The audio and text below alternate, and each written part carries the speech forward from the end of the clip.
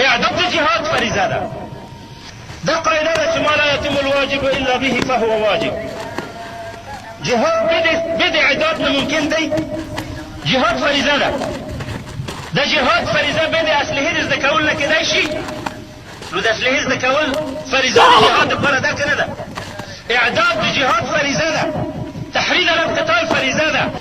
ما خو چې د رسول صلی الله علیه وسلم سنت د خلفای راشدینو د تابعینو او د تبع تابعینو د متأخرینو د ائمه المجتهدینو دور لیدلی دی. په دې دور کې امت ټول مسلح و د وسلې سره ګرځېدله. مسلمان د وسلې نه ګرځېدله. په جومات کې هم د وسلې سره و، په مدرسه کې هم د اسلحې سره و، په بازار کې هم د اسلحې سره و، په تجارت په کاروان کې هم د اسلحې سره و. حتی صلح حدیبیه چې بیعت رضوان پکې شوی دی، صحابه په احرام کې چې خپلې جامې اچولې وې، پټخۍ نه وه ورسره، سر یې سرتور وه خو توره ورسره وه. دغه توره چې د پټکي نه مقدمه ده، هغه ځای کې چې پټکۍ اچول کېږي توره وړې، دغه توره وا چا د امت نه بېله کړه؟ د توره ولې امت ولې خلیصلا شو؟ اولین ظلم چې په دې امت باندې شوی دی دا دی چې د امت نه اسلحه پورته شوې ده. د امت خلیصلا شوی دی. قرون خیریه وګورئ، ټول قرون خیریه بې اسلحې نه دي ګرځېدلي. اسلحه وه. ظالم پادشاه به د چا اسلحه اخیسته؟ اسلحه به دغو چا نه اخیستل کېږي چې په اسلحه باندې ظلم وکړه، قتل وکړه، جور وکړه، غلط استعمال کړه. غیر د هغې نه اسلحه د اعداد او د وسایلو د جهاد نه ده. او څوک چې اعداد د جهاد ونه لري دا صفت د صفاتو د منافقین نه دی. ولو ارادوا الخروج لاعدوا له عده ولكن كره الله بعاثهم فثبتهم وقيل اقعدوا مع القاعدين. منافقینو په حق کې راغلی سوره توبه کې که چېرته د اراده درلوده چې جهاد ته ولاړ شي نو د جهاد سامان به نیولی وه، تیاری به کړی و جهاد ته. نو چې د جهاد اعداد نه لري، تیاری نه کوي، کله چې د جهاد وخت راشي چې ورته وایي د جهاد وخت دی، نو بیا وایي چې زه خو تیاری نه لرم، ټوپک نه لرم، د جهاد سامان نه لرم. څنګه ښځې ته سونه اخیستی شي جهاد سامان نه شي برابرولی؟ د کور ټول سامان برابرولی شي، د جهاد سامان نه شي برابرولی.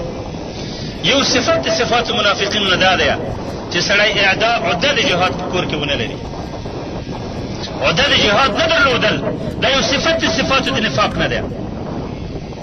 نو بل پیشنهاد مې دا دی درته چې راځئ ټول علما او طالبان دا فیصله وکړي په کومو ځایونو کې چې کولی شئ چې اسلحه وګرځوئ بې اسلحې مه ګرځئ. په کومو ځایونو کې چې نه شئ کولی هلته لیسنس واخلئ د دې اسلحې، خیر پیسې ورکړه، په لیسنس باندې اسلحه وګرځوئ.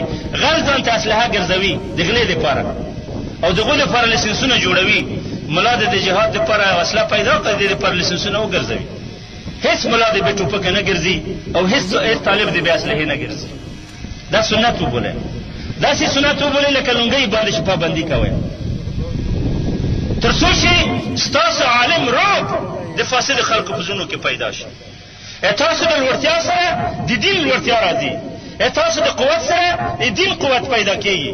تاسو چې پورته شئ دین به پورته کېږي. ملا چې د ټوپک سره ګرځي شرابي بیا په کلي کې شراب نشي خوړلی. طالب چې د ټوپک سره ګرځي جوارګر دلته د سیند په غاړه جواري نشي کولی. تاسو خپله مسله ګرځېدل په دې ملک کې امن راولي. شیطان به درځنې تښتي. حضرت عمر رضی الله عنه په صفتونو کې یو صفت دا و چې په هره لاره به دی روان و شیطان به لاره ته چپوله. حضرت عمر دغه صفت په ځان کې پیدا کړه چې تاسو په کومه لاره روان و شیطانان درځنې لاره چپې کړه. شیطان د ضعیف سړي نه لاره نه چپوي، دغه شانه لاره چپوي چې ډارېږي ته نه.